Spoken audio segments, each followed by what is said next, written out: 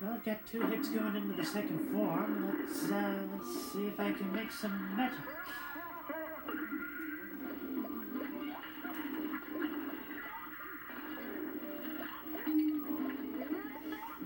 Fireball is just so unpredictable. I don't know what to do with it.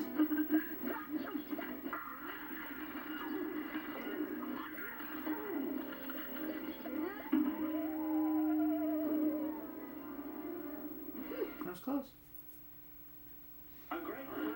Yeah, maybe I'll just kind of keep the camera rolling. So, yeah, back again at the Salt Baker. I don't think I've really found much of a technique yet, but before I started up the camera, I managed to see what some of the other forms look like, and I'll attempt to recreate my reaction in seeing them. Close? Yeah. I do love the idea that if you look real closely, you can see Bugman in the background in his little glass case. This is something I've seen in a lot of classic cartoons, and I don't know if there's like an actual name for this sort of thing or not. I guess glass case is a good enough way to describe it.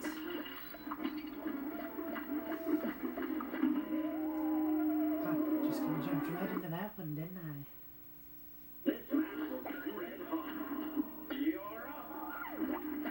So, this is the thing I have to remind myself of, is the idea that the Salt Baker is a giant salt shaker.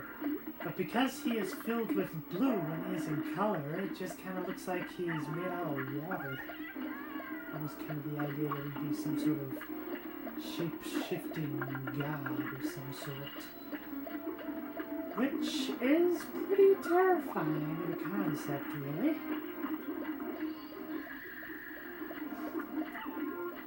Now, that would be an interesting form of Aquaman. Imagine an Aquaman that was actually just made out of water rather than just protected the ocean.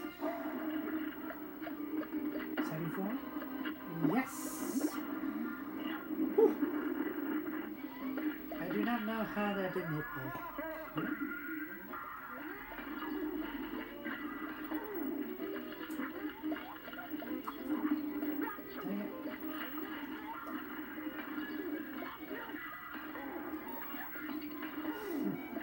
Yeah, I don't think I'm making it to the third form this time, but we shall see. I can just kind of figure out where the fire's going. Maybe I'll have a chance. Just a few more hits, and I think... Oh, yep. And now we've entered the Salt Baker's world. I don't know. Your futile efforts were in vain. This world will be my salt domain. See, I was right. That is the domain of the Salt Baker. Just a world of salt, which, I did not plan the conversation, but, yeah, now that the shaker's broken, he's basically a shape-shifting god of salt. I have no idea how that makes more sense. That would be on the ground, but I guess not. Here's a real You're up. So got the sugar. Maybe we'll see the spice and everything nice. It took me a long time to get those ingredients so I could become who I am. Kind of a old, maybe even esoteric joke. Either that or if you're a big fan of the Powerpuff Girls, I do remember that was the big thing, so the Powerpuff Girls were made out of sugar, spice, and everything nice. And then there was the accidental addition of Chemical X. Well, Mojo Jojo made his own variation known as the Rowdy Ruffle Boys, who were made out of snippings, snails, and puppy dog tails, and I guess Chemical X was in the prison toilet. So, yeah, there you go. A little bit of Powerpuff Girls lore. Which honestly is not as far off as you would think. I mean, this is a game about classical animation, and a lot of people will definitely talk about the work of Genny Tartakovsky. Which, if that name does not really sound familiar, he was the one that directed the Powerpuff Girls, Dexter's Lab, and probably one of his more seminal roles, Samurai Jack. And if anybody remembers the early 2000s when there was a gap between the Clone Wars and the Revenge of the Sith, he created an animated version of the Clone Wars, which is just pure, unrestrained action. It's a real shame that it's a little bit of, well, it's hard to really say it's not lost media, but it's definitely forgotten. I'm sure the Clone Wars reboot is pretty good, but I mean, I rather liked what we got by Genny Tartakovsky, not only in the animation, but also the action. And on top of that, probably the most intimidating form of General Grievous that I have ever seen. They really kind of undersell his character in the movie, in the idea that within those shorts, he's able to just eat like 3, maybe 4 Jedi as if it's just breakfast. And I don't mean actually eat. Maybe it would have been easier if I said waste, because that was a very popular way to say kill someone at the time. It was kind of a rule at that time that you weren't allowed to say death or kill, so you had to come up with different ways, like you had to defeat, you had to waste, you had to get rid of.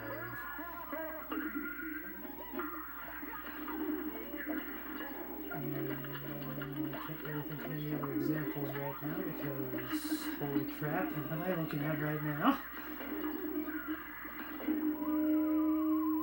Was I close? No. So I guess even to this day, whenever there's media that ever says that word in it that is more geared toward a younger audience and just kind of like, whoa, this is a really intense show, isn't it? And it's just kind of fascinating to think how things have changed over the years. Like even going back to the 1930s, I mean, you could get into some pretty dark and disturbing stuff. But I think Yahtzee Crenshaw said it best. This was at a time where, like, the world was just really cruel. If you were born at around that time, let's see, you either were only born ever knowing what the Depression was, and World War I was a distant memory that most people just want to forget about, with the ever-looming threat of World War II right around the corner.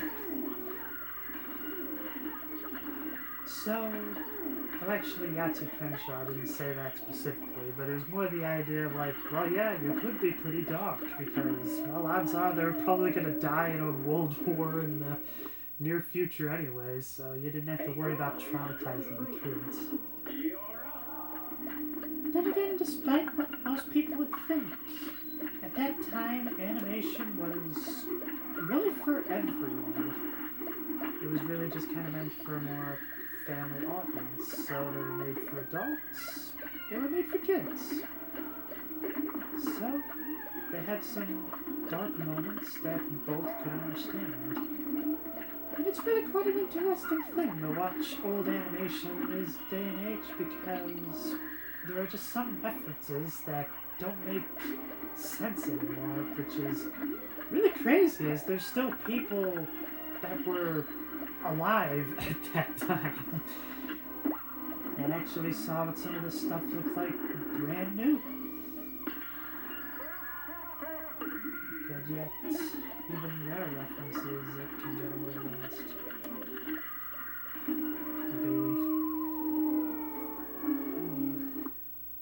Like I say, that is my trick. I find if I keep a running conversation, I end up doing pretty well.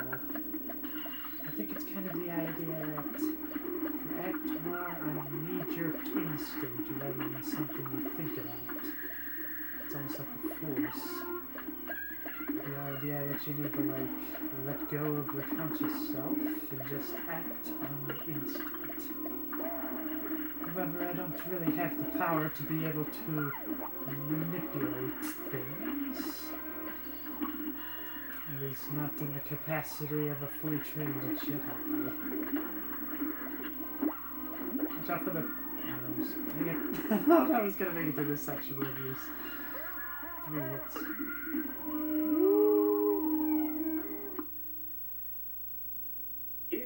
Maybe I should just stick with whatever you call the zoom, I believe this weapon was called. It's kind of nice to realize that this Chalice has a double jump. And it's not all that picky either. It's all about the idea that if you're still in the air, you could just still press the jump button and it'll count.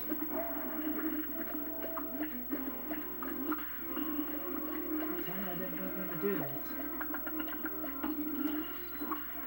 I still find it crazy that, so I wanted to share what this game looks like on the black and white TV with the Cuphead subreddit.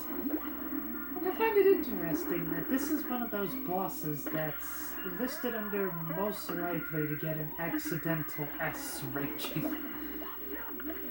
Now, for those of you that don't know, an S ranking is when you're able to just basically get it so you have 3 hit points by the end of it, you do 3 parries, and you got a full super meter. Now, maybe if I had like the extra hit points, like the dual heart, for instance, maybe I'd be able to do it. Why did I not see the salt or the fire? I am doing awful. Maybe the conversation is starting to take the turn for the worst. Let's start that all over again.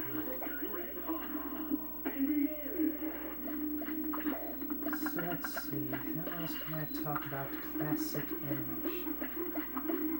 Let me think, what's probably the oldest piece of animation that I've ever seen?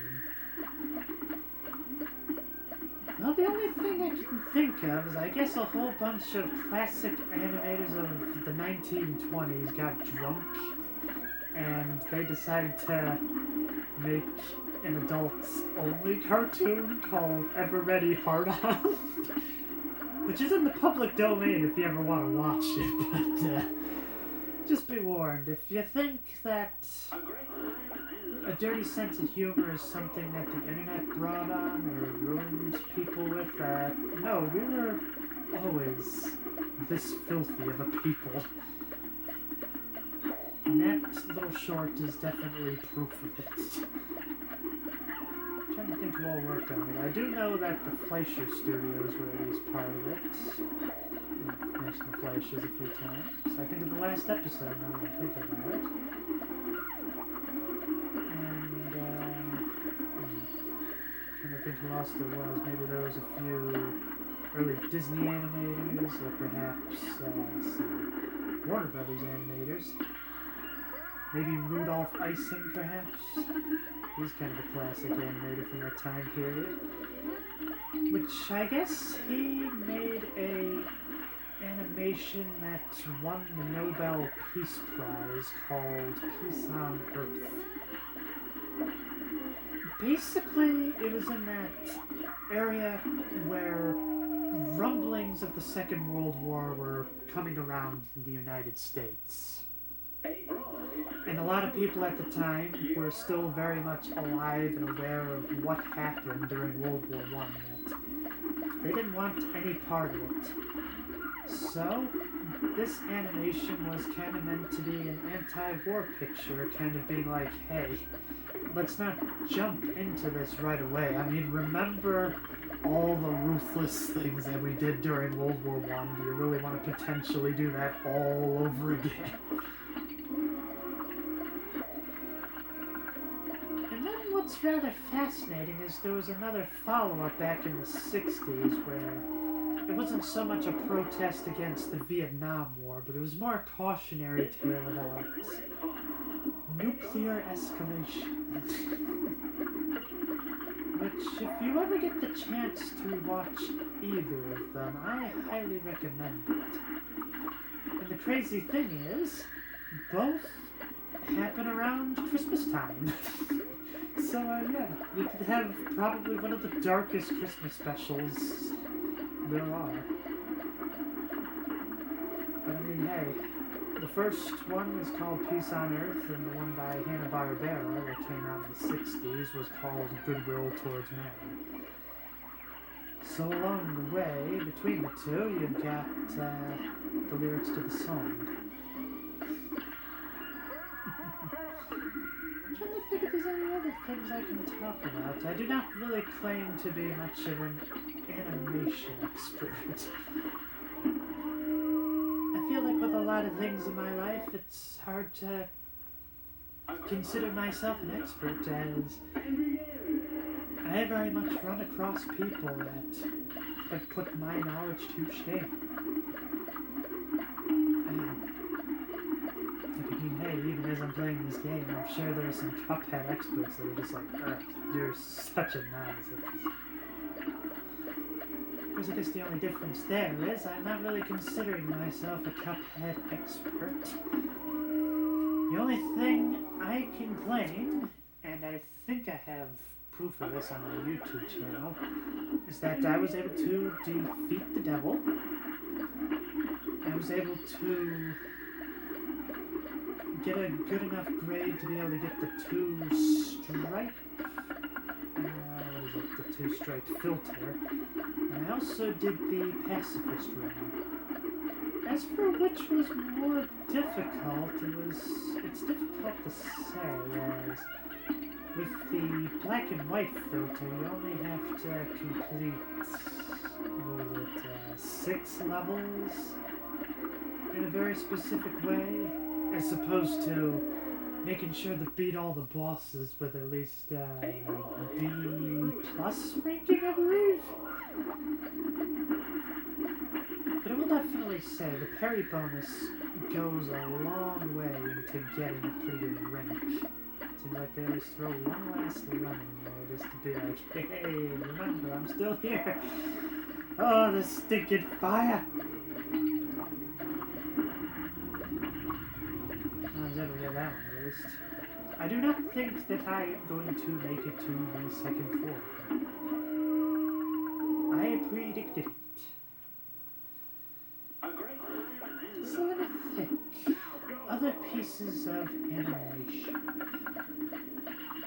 Well, I want to try to stick with like American animation, as I could probably talk a fair bit about Japanese animation. Yeah, maybe I could just talk about different kinds of animations. So, I think one other piece of animation that's always fun to talk about is what I like to call the definition of a cautionary tale. Well, no, the definition of scope creep.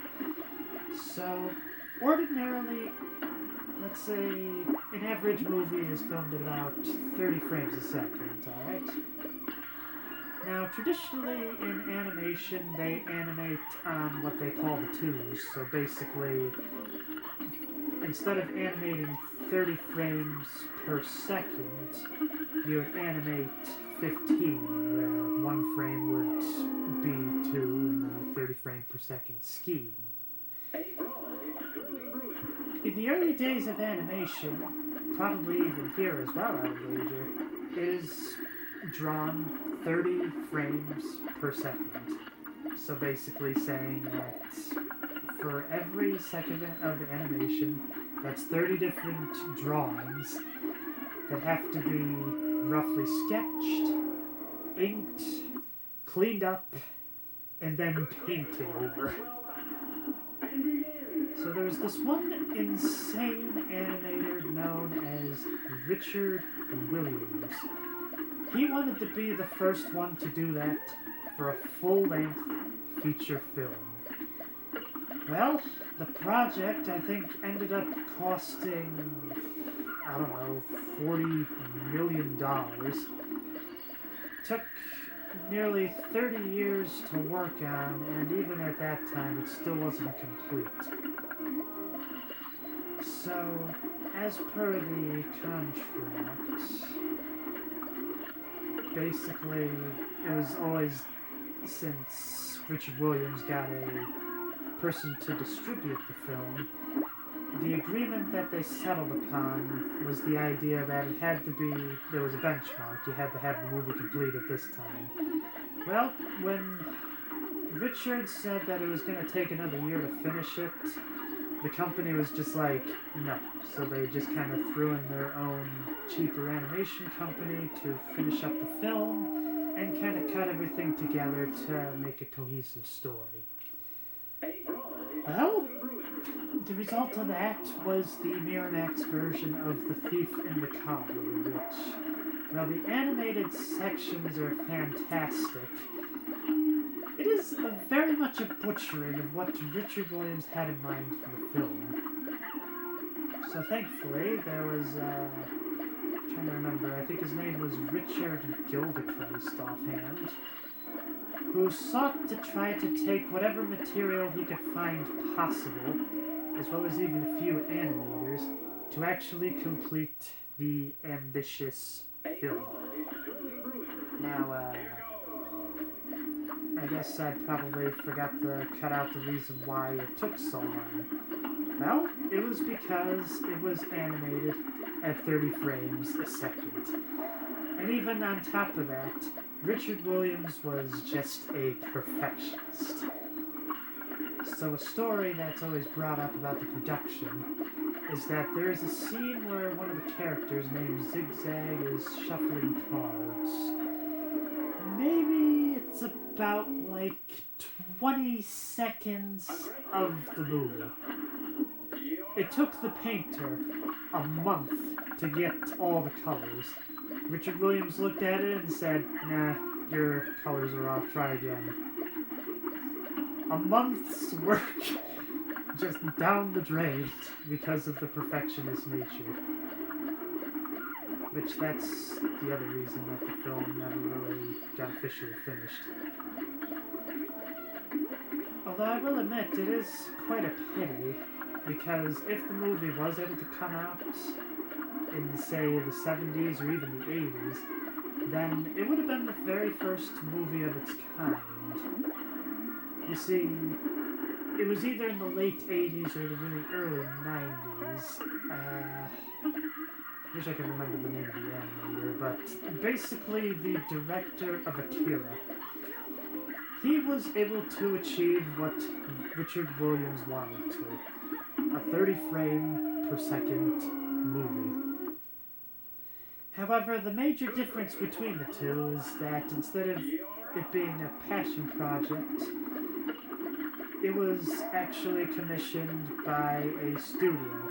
And at the time, Japan was just swimming in money. So they were willing to just throw all of it into the animation like this to create probably one of the smoothest animated movies of all time. I have yet to see the movie, as it's very graphic, but I cannot deny its place in animation history.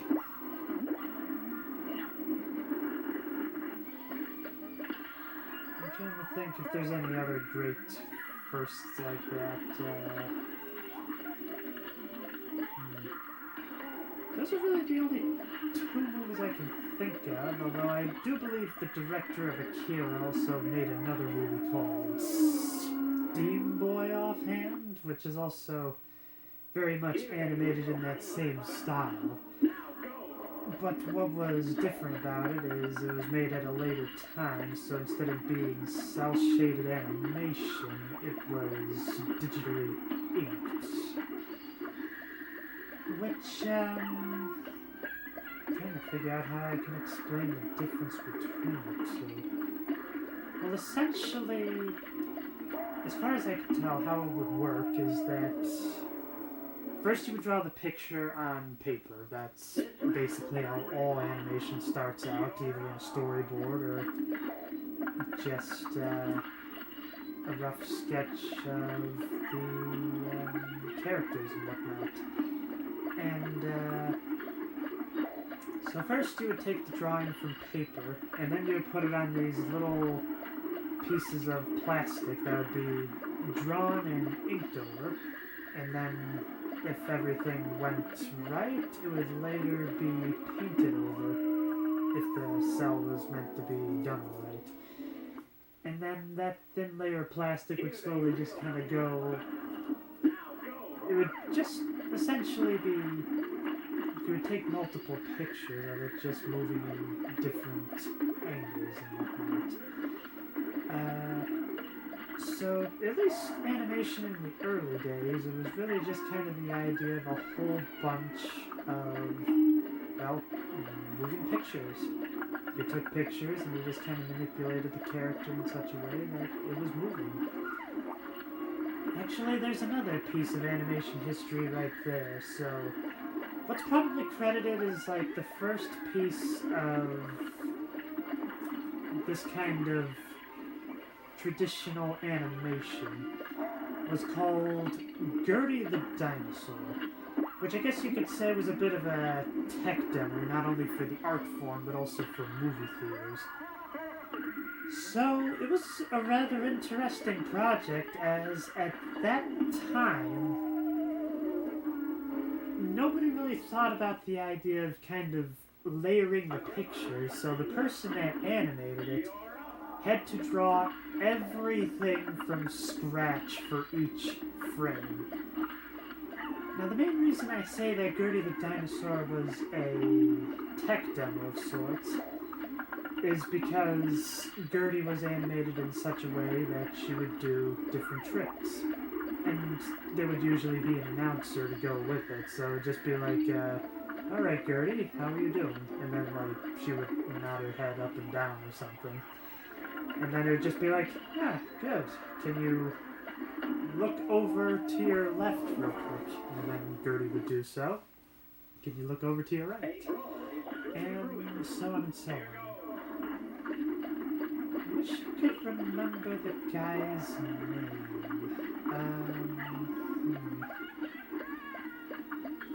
I want to say he was the one that created the comic series Little Nemo the Dream Master offhand.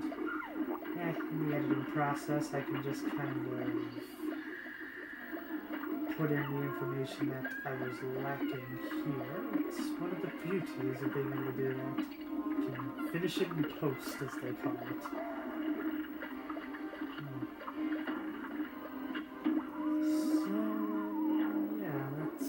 Those are the big firsts I can think of. You mentioned Fleischer Studios were the first to come up with the idea of rotoscoping characters. And they actually did have one other first as well. So when they introduced Popeye, well, it was essentially just his theme song on Popeye the Sailor Man. Popeye the Sailor, you probably know the theme song. And,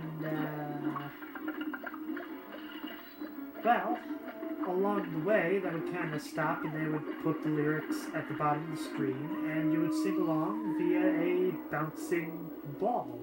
A very common thing with sing-alongs throughout the years, but as far as I can tell, they were the first ones to be able to do such a thing. I'm trying to think if there were any other crazy firsts in animation. Well, trying to think if Reboot would be considered the very first piece of computer animation. I know that VeggieTales was very much applauded at its time, Not necessarily because it had like the best rendering software, but because the eyes very much called back to the style of animation that you see before you. Very expressive, very Looney Tunes-like. And that was one of the things that helped sell it. Well, that and a whole lot of Christian bookstores.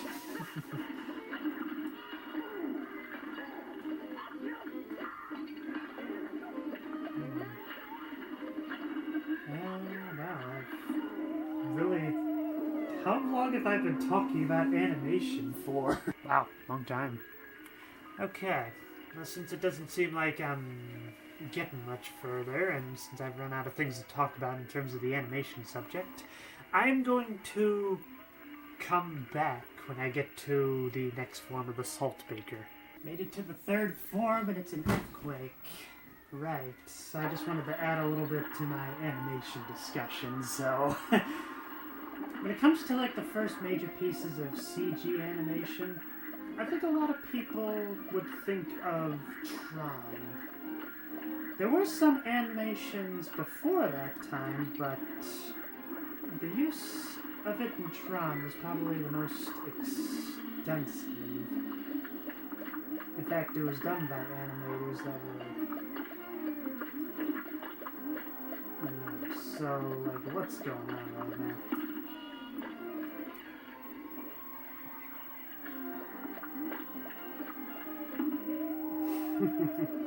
How'd I do? You know, that's not bad. I get the feeling it's gonna be like another hour before I do this again, but we'll see. Done.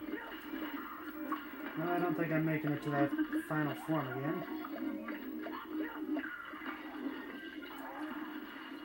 Huh. Well, I don't think I'm making it to that final form again.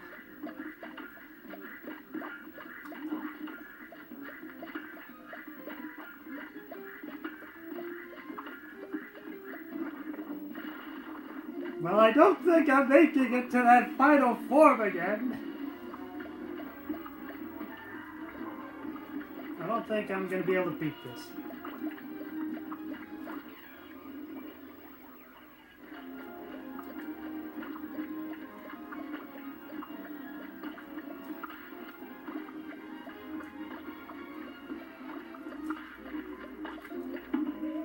Whew, how close was I?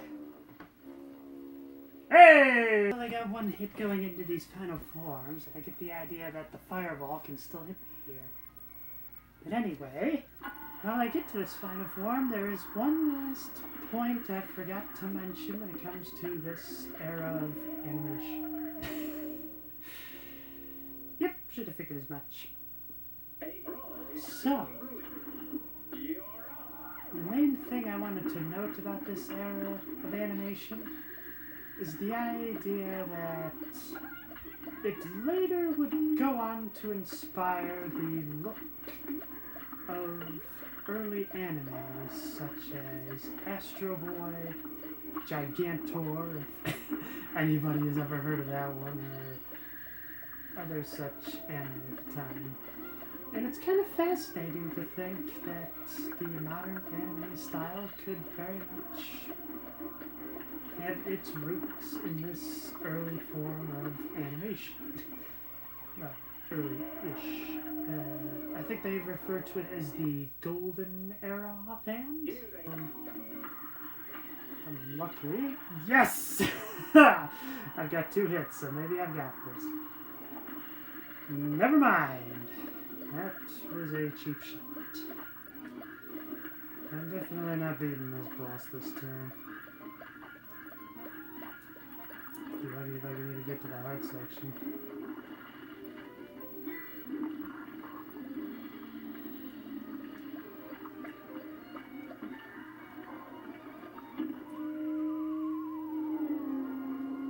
I made it further than I thought.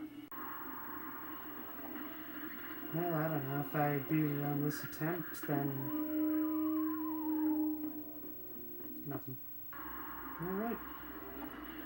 Now let's see if the miracle can occur.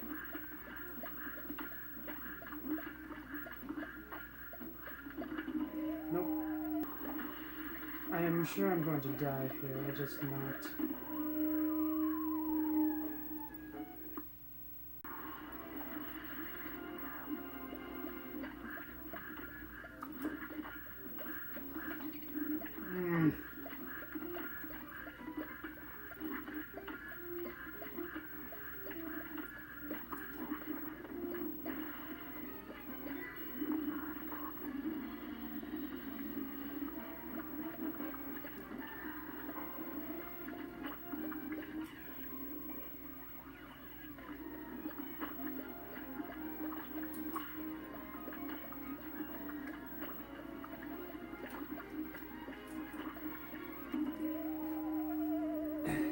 I bet I was like right there, wasn't I? No.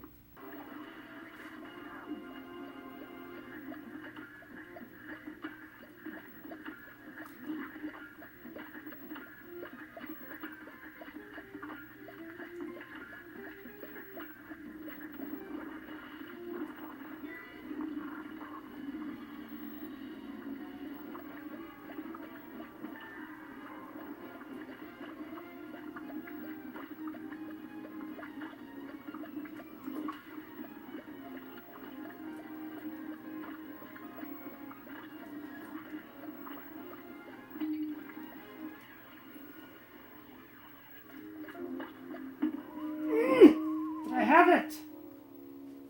I did.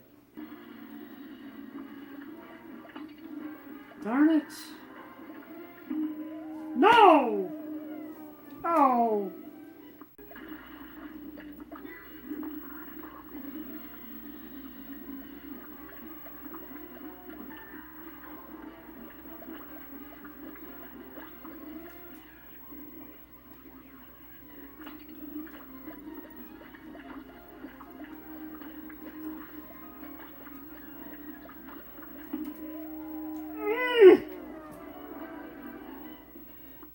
I'm not gonna make it.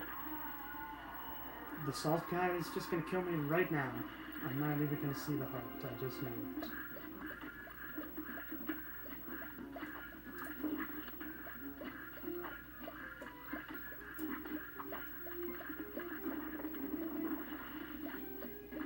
I am going to die.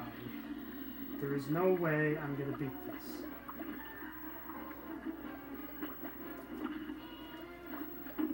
See?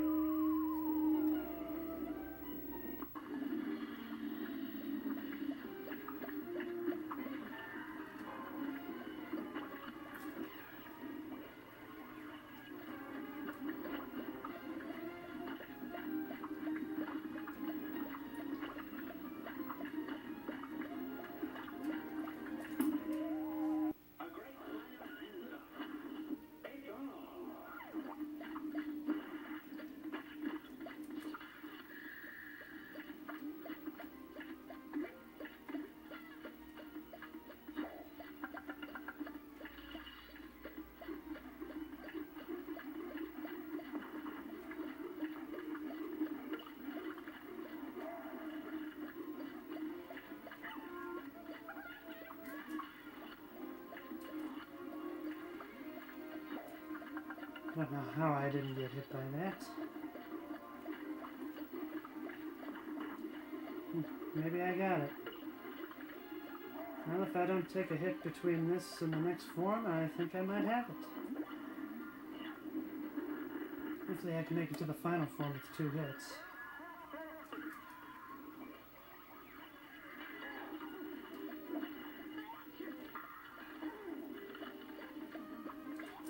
No! I was able to get the parry release. That's good.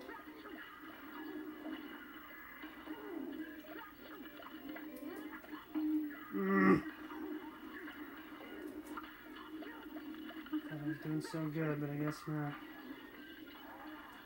I don't know. Maybe I can make it. I don't have a lot of faith going into this.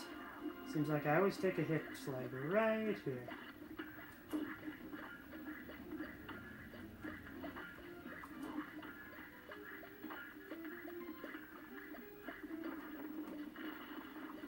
Well, maybe. I don't think so.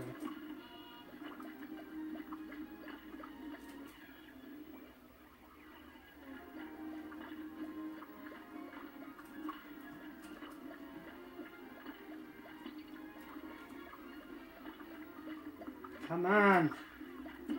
Yes! Yes! Yes!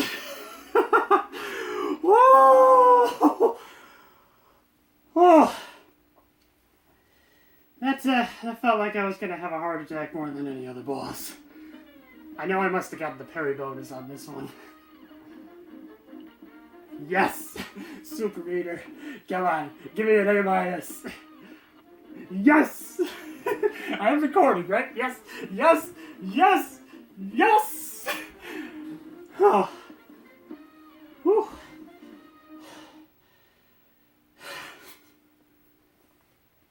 Well, wonder what the end cutscene's gonna be like. Mugman. Thank goodness you're okay. That dastardly saltbaker, he had us hoodwinked the whole time. Gadzooks, this place is coming down. Let's get out of here. Okay, thank goodness. I thought there was gonna be like a run with that last HP bonus. Eek! Wait, the saltbaker survived? I thought he died. No, my bakery. Serves him right for dumping us. But with the bakery destroyed, you're never gonna go to that one. You're never gonna. Dang it, it's blocked off. I can't tell what it says. You're never gonna get that Wonder Tart Chalice. Oh, yeah. That's okay. Some poor soul has to be sacrificed for me to live again. It ain't worth it. Why sentiment? But mark my words, boys. I'm never gonna stop searching. And in the meantime, if you ever find yourselves in a scrape, I'm just one cookie bite away. Besides, who needs a Wonder Tart when they can have two best pals instead? Aww, that's so sweet. The epilogue.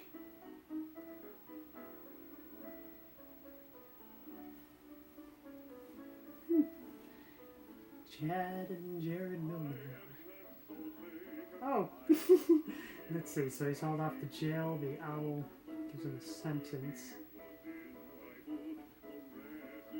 He serves his time with community service, pleading up against the giant.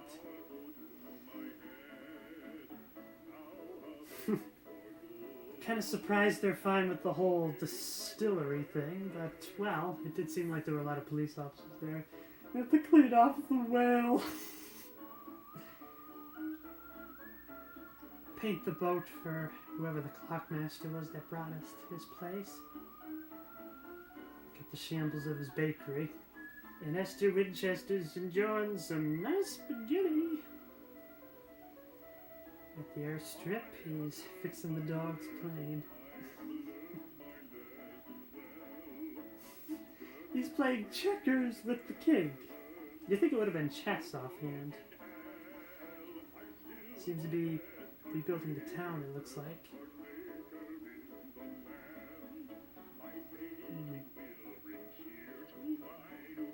It's definitely rebuilding a lot of something. So it looks like the salt baker ended up becoming the best baker in all the land all over again. Very interesting. Our sincere appreciation to the members of our team whose loyalty and creative endeavors made it possible this production, Chad and Darren Mildenhall.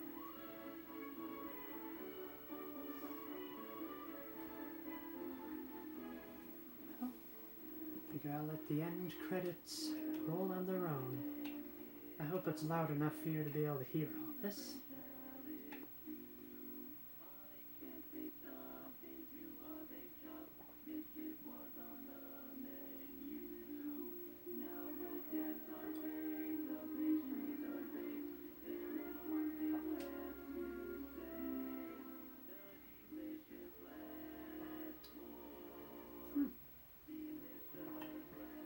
Looks like a lot of the Mildenhauers were involved in the project, rather than just the brothers.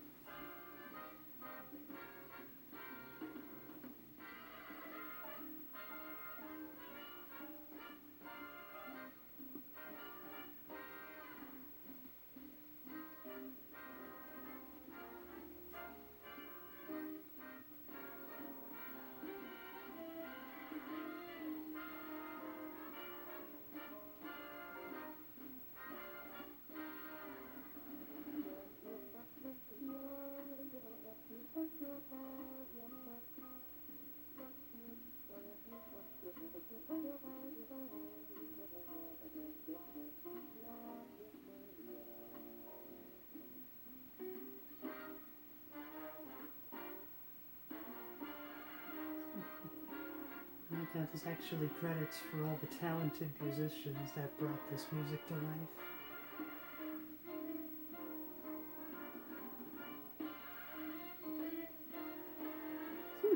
So there's actually a name for the singer with the bootleg boogie. Well, scatter, I guess, would be the right term.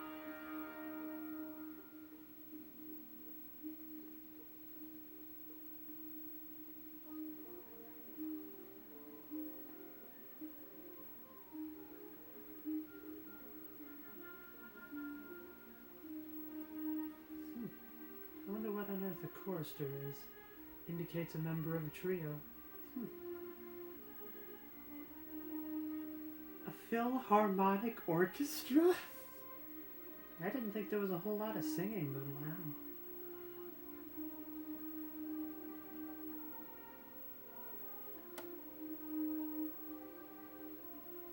Member of the string quartet.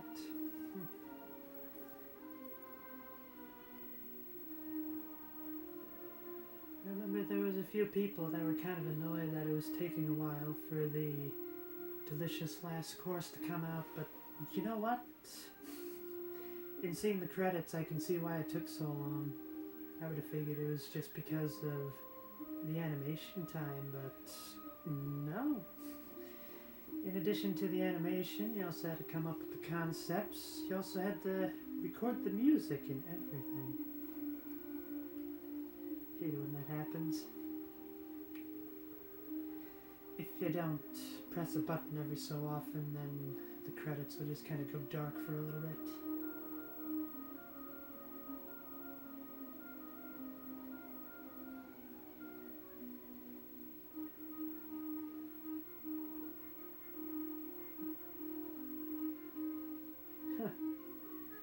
Special thanks to Valve, eh?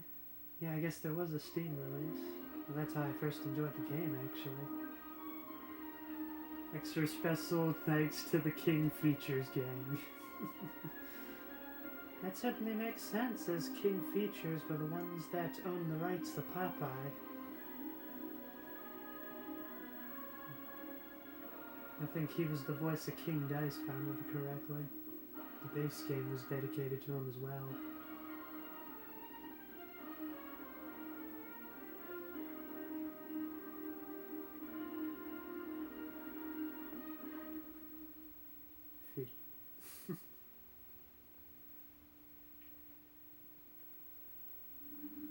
Alright, so that is the delicious last course. However, I still want to keep playing now that I have Miss Chalice. I hope you will join me for more Cuphead in the near future. Until then, keep having fun.